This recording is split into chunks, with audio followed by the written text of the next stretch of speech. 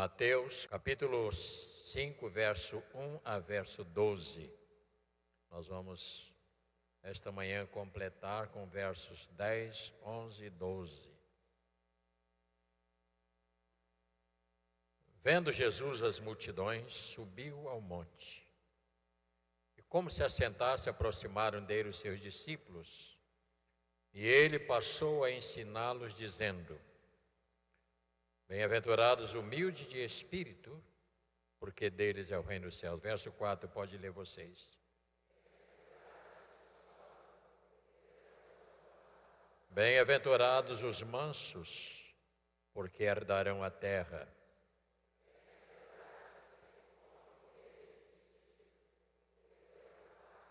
Bem-aventurados os misericordiosos, porque alcançarão misericórdia.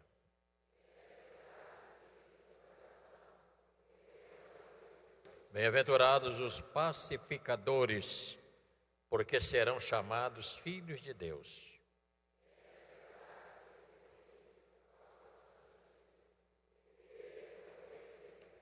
Bem-aventurados sois quando por minha causa vos injuriarem e vos perseguirem, mentindo, disserem todo mal contra vós. Regozijai-vos e exultai, porque é grande o vosso galardão nos céus, pois assim perseguiram aos profetas que viveram antes de vós.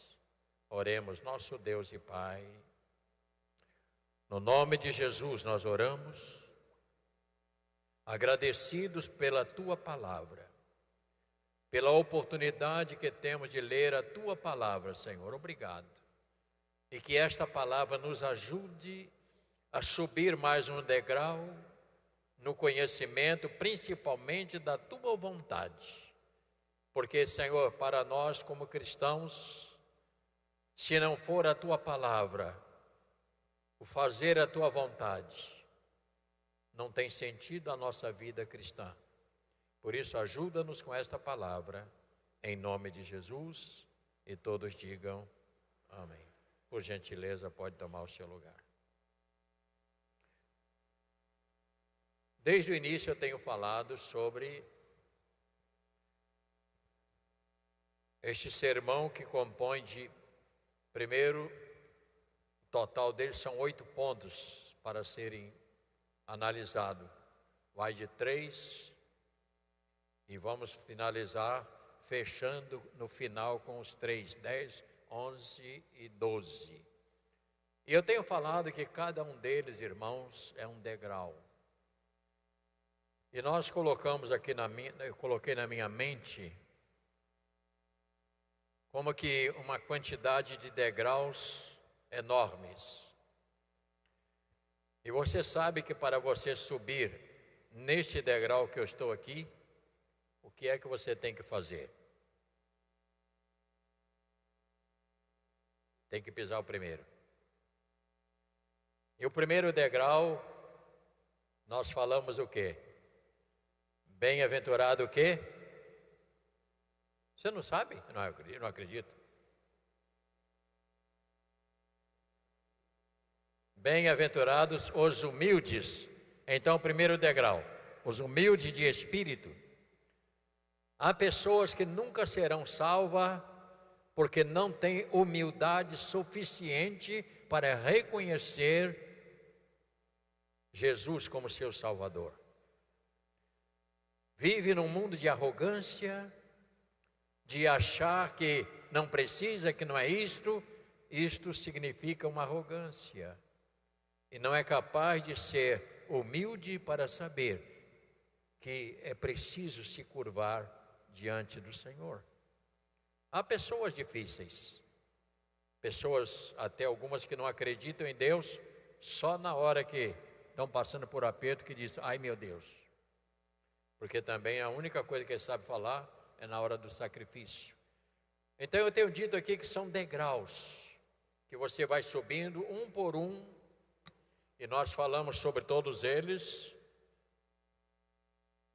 Bem-aventurados os que choram, bem-aventurados os mansos, Bem-aventurados os que têm fome e sede de justiça, bem-aventurados misericordiosos. Isso é uma série que nós vamos falando. E eu desenhei na minha mente um grande santuário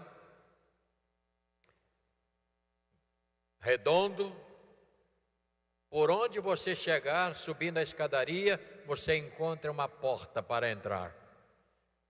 E nós vamos falar destas portas, os princípios dessas portas, as quais nós entramos. Será assunto para os próximos encontros nossos. E você é muito bem-vindo para isto. Eu creio, meus irmãos, que o Senhor Jesus espera que aqueles que o aceitam como o Senhor através do Evangelho tenha realmente um coração transformado e que se torne uma testemunha do Evangelho, permitindo que o seu poder de Deus transformador opere na sua vida. É o mínimo que o Senhor espera de mim e de você, é que este Evangelho que você recebe e aceita na sua vida, este Evangelho entre, mude, transforme, para quê? Para que a glória dele seja recebida, seja para louvor, para ele. A minha vida cristã, a sua vida cristã é para a glória dele, não é para nós. Ninguém vai ser cristão para ganhar isso, ganhar aquilo, este não é o contexto. Este é um evangelho que não funciona desta maneira. Eu meditei sobre este aspecto. Eu creio que nem todos vão pegar a Bíblia para ler. Há pessoas que nunca leram a Bíblia e nunca irão ler. Mas eu creio também que a Bíblia que eles irão ler, creio eu, é a vida dos crentes e da igreja. Isto fala do testemunho do nosso Senhor na nossa vida. Eu creio nisto. Há pessoas que vão chegar a Deus, vão ser salvas, não porque leu a Bíblia, mas porque está lendo ela, transcrita na sua vida, na sua mudança, transformação, porque quem mentia não mente, quem roubava não rouba, quem não, etc, etc. Porque eles vão ver por que é que a vida de fulano ou fulana, ela transformou. Eu conheci fulano assim, assim, assim, como é que ele mudou? Ele vai ver, ele vai ler a Bíblia na sua vida. Ele vai ler a Bíblia na minha vida. Ele vai ler a Bíblia na igreja. Com a maneira que os crentes vivem. E aí pesa sobre nós uma responsabilidade. A maneira como você vive, como você fala, como você age, como você compra as coisas e paga, quando você não dá calote nos outros, não faz coisa, não vive xingando palavrão, não vive uma vida torta. Tem gente que vai chegar a Deus pelo nosso testemunho. Isto quer dizer que nós temos uma grande responsabilidade. Porque em nós, eles irão ler a Bíblia e o projeto de Deus. Paulo, escrevendo as suas cartas, como sempre fez, em Colossenses capítulo 1, espero que você tenha esse tempo para oferecer a Deus, que você não se canse de estar aqui nesta manhã. No capítulo 1,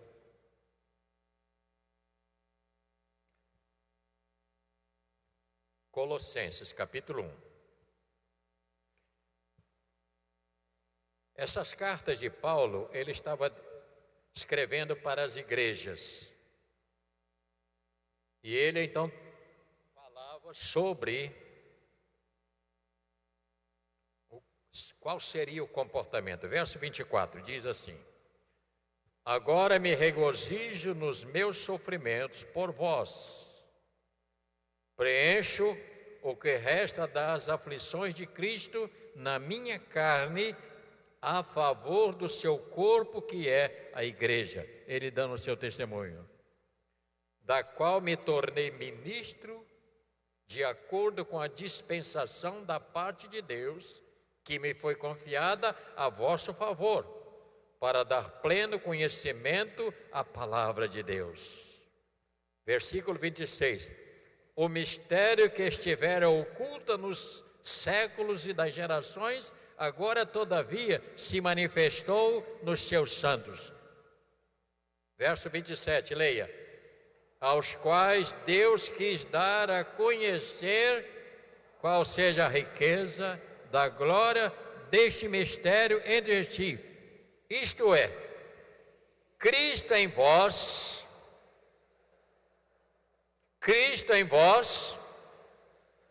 mais uma vez, Cristo em vós é a esperança. O Senhor Jesus está esperando de mim e de você. Nós somos responsáveis em representá-lo. Ele quer manifestar a glória dele, não na política. Ele não quer manifestar a glória dele, não lá no mundo. Ele quer manifestar a glória dele na minha vida e na sua vida. Onde as pessoas olham para você e começam a ver a glória de Cristo. Começa a ver Deus na sua vida.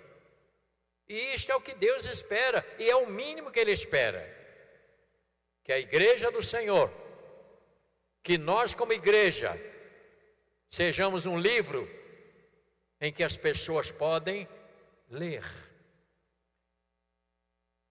Me surpreendo às vezes com pessoas cristãs que dão mau testemunhos e serve de pedra de tropeço para os outros, infelizmente, porque as pessoas também começam a olhar a vida das pessoas. Pessoas que dizem, eu não vou para a igreja, que eu conheço uma porção de gente da igreja, que aqui fora é igualzinho incrédulos. Até certo ponto eles têm razão, porque até não são crentes. Porque se uma pessoa é cristã, ela dá bom testemunho lá fora. Se ela não dá testemunho, é porque ela ainda não se converteu. Ela crê na Bíblia, crê em Jesus, mas a sua vida não houve mudança. E é o que a Bíblia diz, que tem que haver mudança. Então, quando você tem um testemunho, as pessoas olham, ele diz, a igreja de fulana é uma igreja boa. Ele diz que a igreja que é boa, por quê? Porque a sua vida, a minha, a nossa vida diz a respeito da igreja. E isto é muito sério. Eu tenho falado com alguns meninos e meninas que vão para a faculdade. Não tem lugar mais perverso para jovem do que a faculdade. Entram na faculdade para estudar, são pessoas cristãs, mas chegam lá e enfrentam tantas lutas, porque existe gente com maus hábitos, pessoas com a vida toda torta e querem influenciar as pessoas que vão para lá. Você sabe que eu estou falando a verdade. E acham que é normal uma mocinha sair sexta-feira e passar a noite inteira e só voltar no outro dia. Acha que isso é normal para o mundo. O mundo é assim.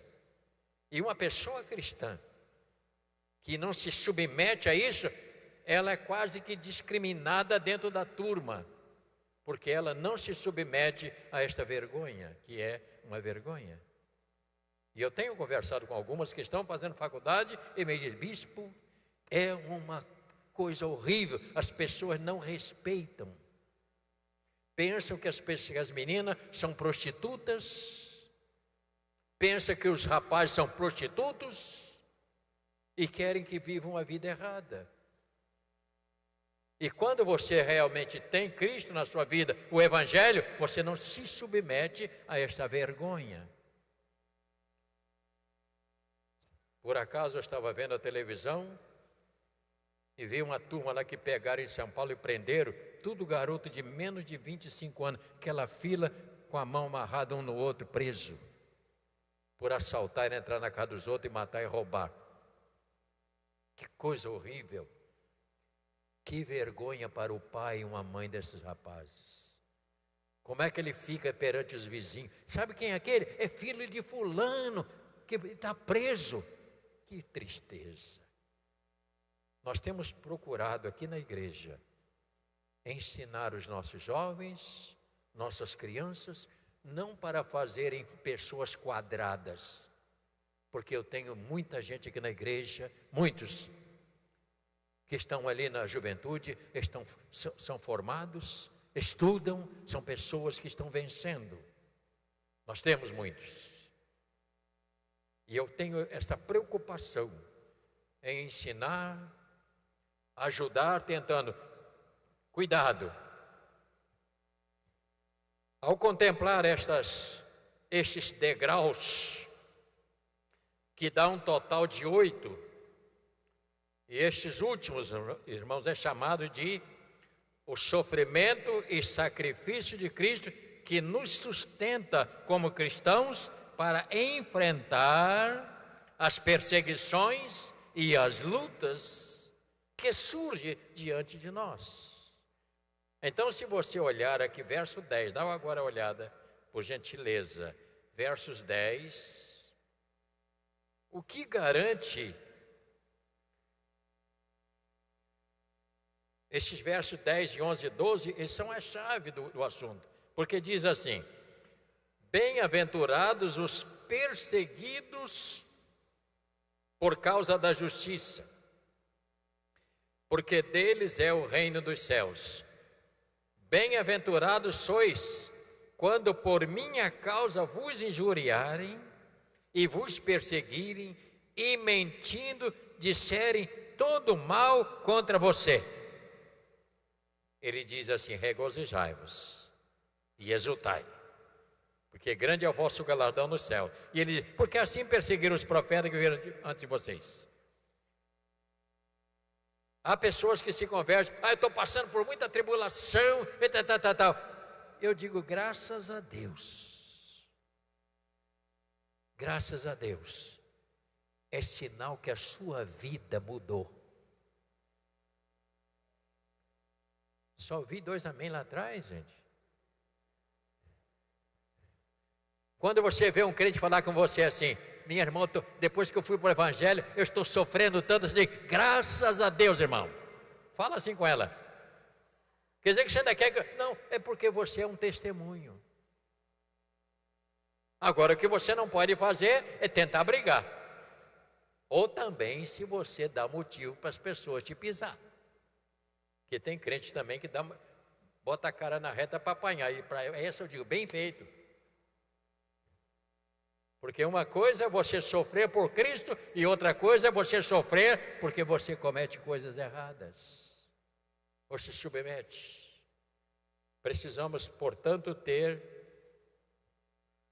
este conhecimento. O que faz então a mim, o que chego à conclusão é que o que me faz eu como cristão enfrentar o que diz o verso 10? Injúria. O que me faz enfrentar essas perseguições? É o que Paulo disse aos Colossenses: Cristo em vós. Porque se Cristo não estiver na sua vida realmente da cabeça aos pés, você não aguenta, você fraqueja. O que nos sustenta, Rogério e a esposa, o que nos sustenta é Cristo. E outros que eu estou vendo aqui, Jonatas, já imaginou você? Fica de pé, vou te usar como... Não, você não, ele lá, como exemplo. Olha para trás. Quantos anos você tem? Fala alto. 17. Está estudando o quê? Direito? Olha a tentação.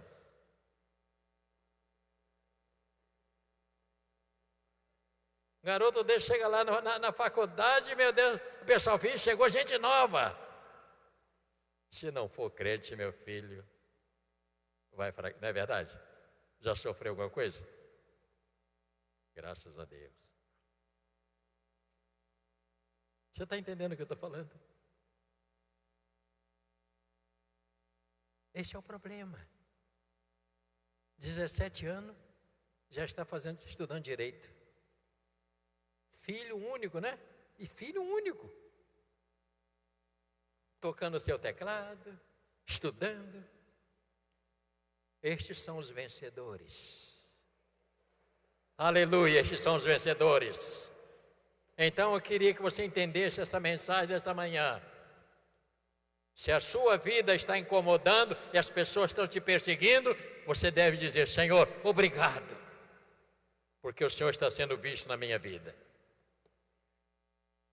Eu creio, irmãos, que a nossa vida cristã, dentro deste mundo, ela é ou precisa ser uma resposta de grande grandeza para que Jesus possa ser glorificado. Entendeu? Este é o meu desejo. Vou ler mais uma vez. Eu creio que a nossa vida cristã dentro deste mundo, ela é ou precisa ser resposta de grande grandeza para que o Senhor seja glorificado. Porque se a minha vida não for para glorificar a Deus, de que me vale a vida? De que vale a sua vida? Se não for para a glória de Deus.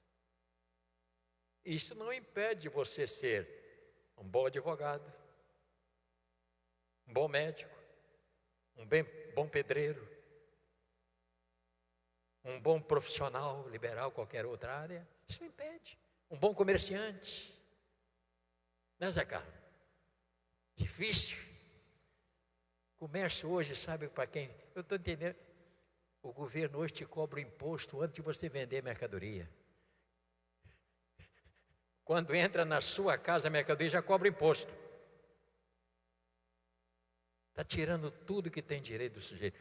Comerciantes hoje estão ralando para poder se manter.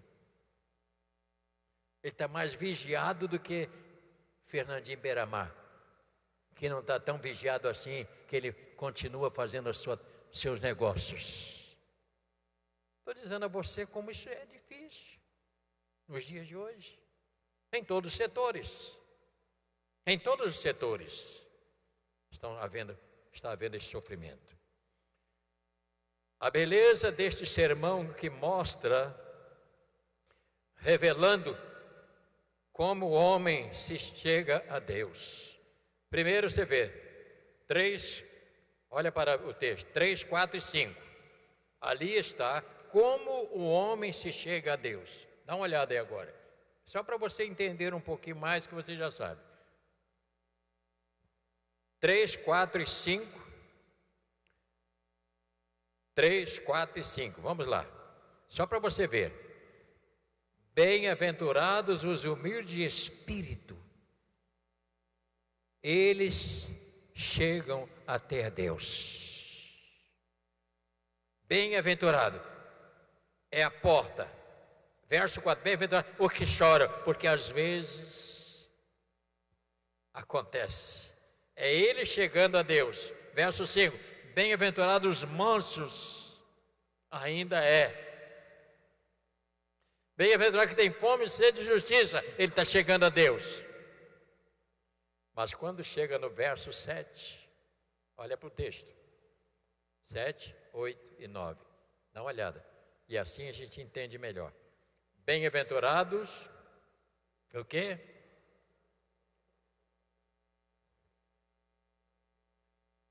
Você só pode se tornar uma pessoa misericordiosa depois que esse evangelho entra na sua vida. Só após o encontro com Cristo. Antes, nós somos iguais lá fora. Entendeu? Somos iguais. Outro ponto aí, que é quando a pessoa chega. Bem-aventurado os limpos de coração. Você não pode exigir isso de uma pessoa do mundo, porque a pessoa do mundo não tem limpeza no coração. E ali você descobre, ele entrou, veio a Deus, Deus trabalhou e agora ele está sendo trabalhado. Ele vai sendo trabalhado até chegar no verso 10, porque quando chega no 10, 11 e 12, o Senhor Deus diz assim: agora o sangue do Cordeiro do meu filho vai te sustentar nas perseguições, vai te sustentar nas provações.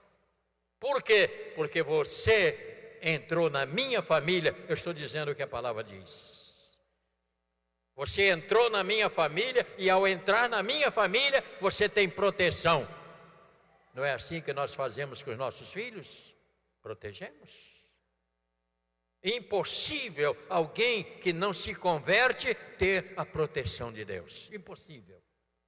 Eu não posso me enganar nem enganar a você. Mateus capítulo 10, logo à frente um pouquinho. Não vou te cansar a sua beleza, não, vou terminar na hora. Capítulo 10. Olha o que diz a palavra de Deus. Versos 16 a 20. Depois que você se converte, aceita Cristo como Senhor e Salvador, agora é crentão. Olha o que Jesus falou aí. Capítulo 10, 16. Eis que eu vos envio como ovelhas para o meio de lobos. Sedes, portanto, o quê? Prudentes como a serpente, simples como as pombas. Verso 17, leia a igreja de Deus. Acautelai-vos dos homens, porque vos entregarão aos tribunais, vos açoitarão nas sinagogas. 18, por minha causa sereis levados à presença de governadores, de reis, para lhes servir de testemunho a ele e aos gentios. E aqui no verso 19, e quando vos entregarem, não cuideis em como vos haveis de falar, porque naquela hora será concedido o que haveis de dizer. Verso 20, leia.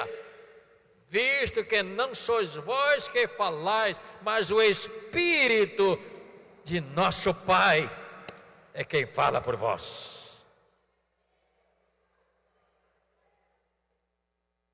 Ouça.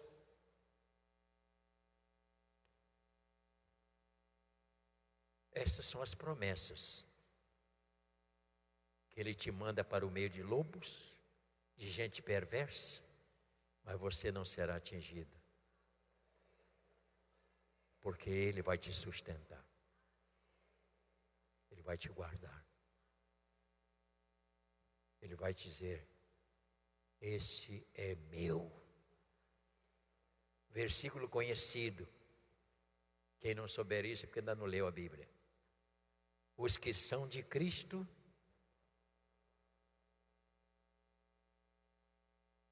não faz eu ficar com vergonha, não. Os que são de Cristo, o maligno não.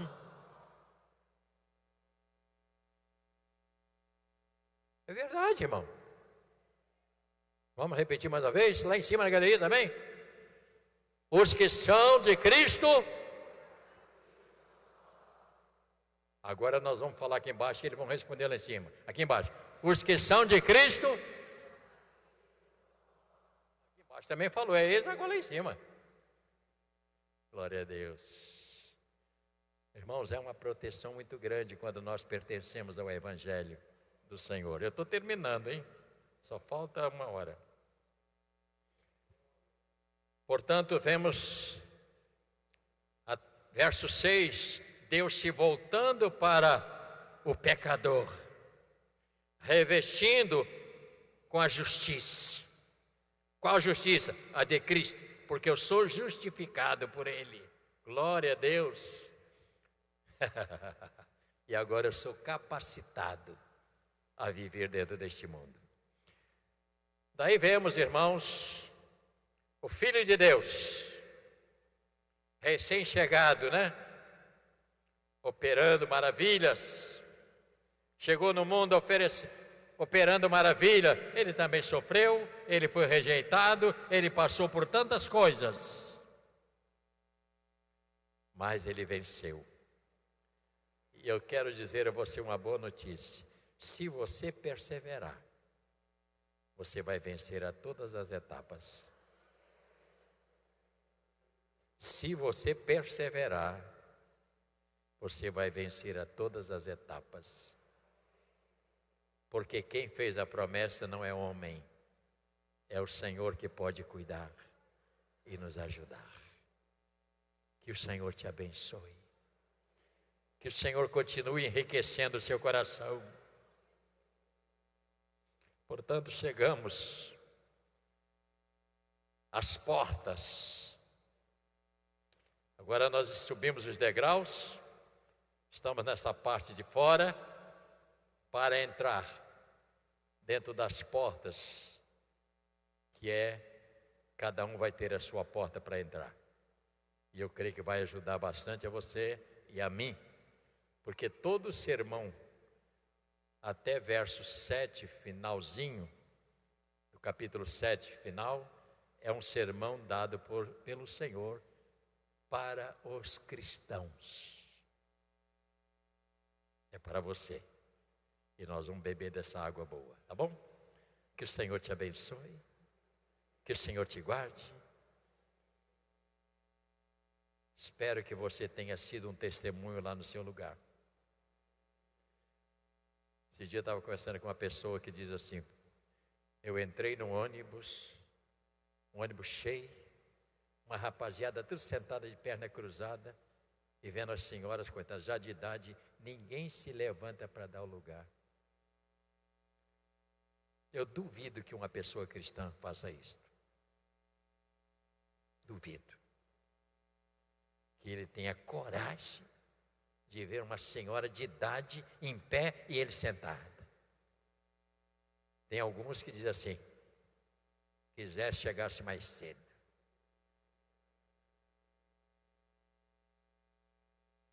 É nessa hora que você vê quem é cristão.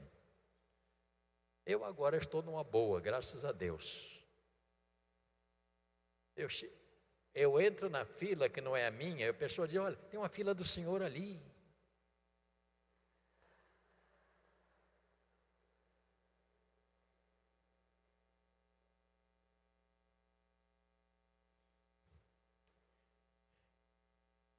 Filhinha boa, né? Pena que a idade é demais. Estava no mercado esses dias lá fazendo compra, eu converso com todo mundo. Quero nem saber quem é, nunca vi mais gordo, mas converso. Eu estou na fila lá, esperando para passar com umas coisinhas lá. O camarada veio com um carrinho, bateu com um carrinho em mim atrás. Machuquei o senhor? Eu digo: não, tudo bem, estou na boa, rapaz, estou na boa. Aí eu fui andando, quando chegou perto assim, começamos a conversar na negócio de idade. Aí ele falou comigo assim: eu quase que perguntei ao senhor: o que você está fazendo nessa fila aqui? Essa fila é só para pessoa idosa. Bateu no meu ego. Ele achou que eu não estava com a idade de ficar na fila, não. Eu digo: tá bom demais, né, velho? Vamos ficar de pé.